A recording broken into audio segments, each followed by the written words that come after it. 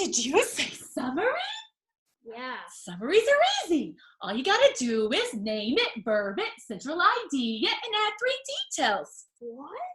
Name it, verb it, central idea, and add 3 details. Oh, name it, verb it, central idea, and add 3 details? Yes! I think he's got it! See, guys? I didn't know it was that easy. Welcome to Summarizing Turned Easy. Did you just drop your computer? Yeah. We'll go back to that later. So, ladies and gentlemen, we're going to talk about how summarizing will now forevermore be the activity that you beg your teacher to give you because it's so easy. It's straightforward. First, you just name it. All that is the title of the article that you just read. So Hadley, give me the title of an article you read. Amphibians. Okay. In the article, amphibians. So far, so good.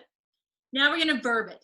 Verb it means you attach a verb. What's the author doing in this article or this book or this story or whatever it was that you had to read? Was the author informing, explaining, persuading, entertaining, tells about? There's all kinds of verbs you can use, okay? I can give you a list. If you want one, email me, I'll send it to you. So you attach a verb to it. So what would you say the author was doing in this one? Informing. Informing. So in the article, what was it again? Amphibians. Amphibians. The author informed us that, and now he has to name the central idea. So if you're asked to read an entire article or an entire book, then you would give the central idea of that entire entity. If you're asked to just summarize a section, then you give the central idea of that particular section. So Mr. Hadley, were you asked to summarize an entire book, an article, a section? What were you asked to do? Just a section. Just a section. Yeah. Okay. What would you say is the central idea of that section? What's the main thing they were talking about, trying to teach you? Traits of amphibians. Okay. Boom. Done. Okay. In the article Amphibians, the author informs us about the traits of amphibians. Look how easy that was. Now here's the harder part. Not hard, just harder. 3 details. People, I don't want to know everything.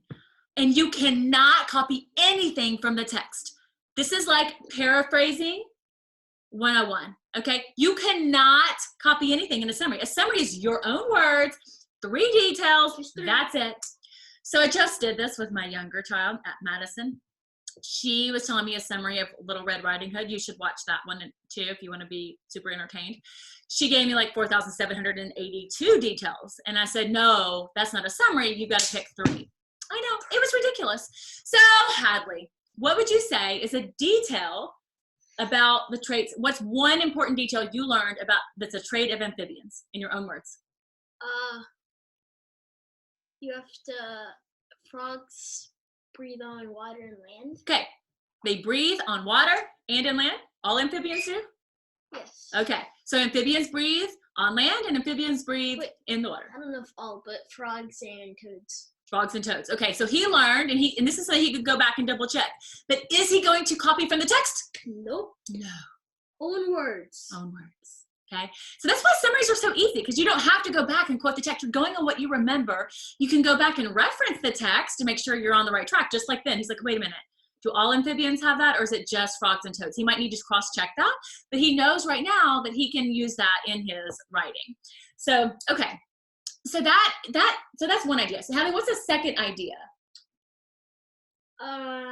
Salamanders and newts. They have tails. Salamanders and newts have tails. Okay, so that's detail number 2. Salamanders and newts have tails. Perfect. Hadley, did you have to directly quote that? He had to leave for a minute because his brother came in, and that's like super duper not allowed in this family when someone's videotaping. So we had a little brotherly skirmish. Now he's back. All is well. Hadley, third detail. Third detail. What's something else you learned? It was like, I don't know what they're called, but it's another type of amphibian, and they slither. Not a snake, but they slither. They slither like a snake. Okay, oh, well done. Too bad you can't act it out in order to get credit, because that would be probably an A+. So something, we don't know what it's called, so how can we figure out what it's called, Hadley? Go back in the text. Go back in the text! So he'll go back in the text to figure out what it's called and make sure he spells it right. And he'll say, the such and suches slither like snakes, although they're not snakes. Right. Okay, He just gave me 3 traits about amphibians, which relates back to the central idea, okay? And he's done. He can do a concluding sentence and say, what? What could your concluding sentence be if you wanted to wrap this all up? Therefore. Okay, therefore what? Amphibians have a lot of different traits. Okay, amphibians have a lot of different traits. He could say, therefore, I know that something is an amphibian if it has, might be an amphibian if it slithers, if it has a tail, and if it breathes both in land and water. Say it might be an amphibian. Of course, it's not always amphibian. There are a lot of things that have tails that aren't amphibians, but these are different ways you can conclude it to make sure that you pull out your major points. Hallie, was that hard? No. No. So if you remember our little chant and you follow our directions and you remember that you're always paraphrasing, okay?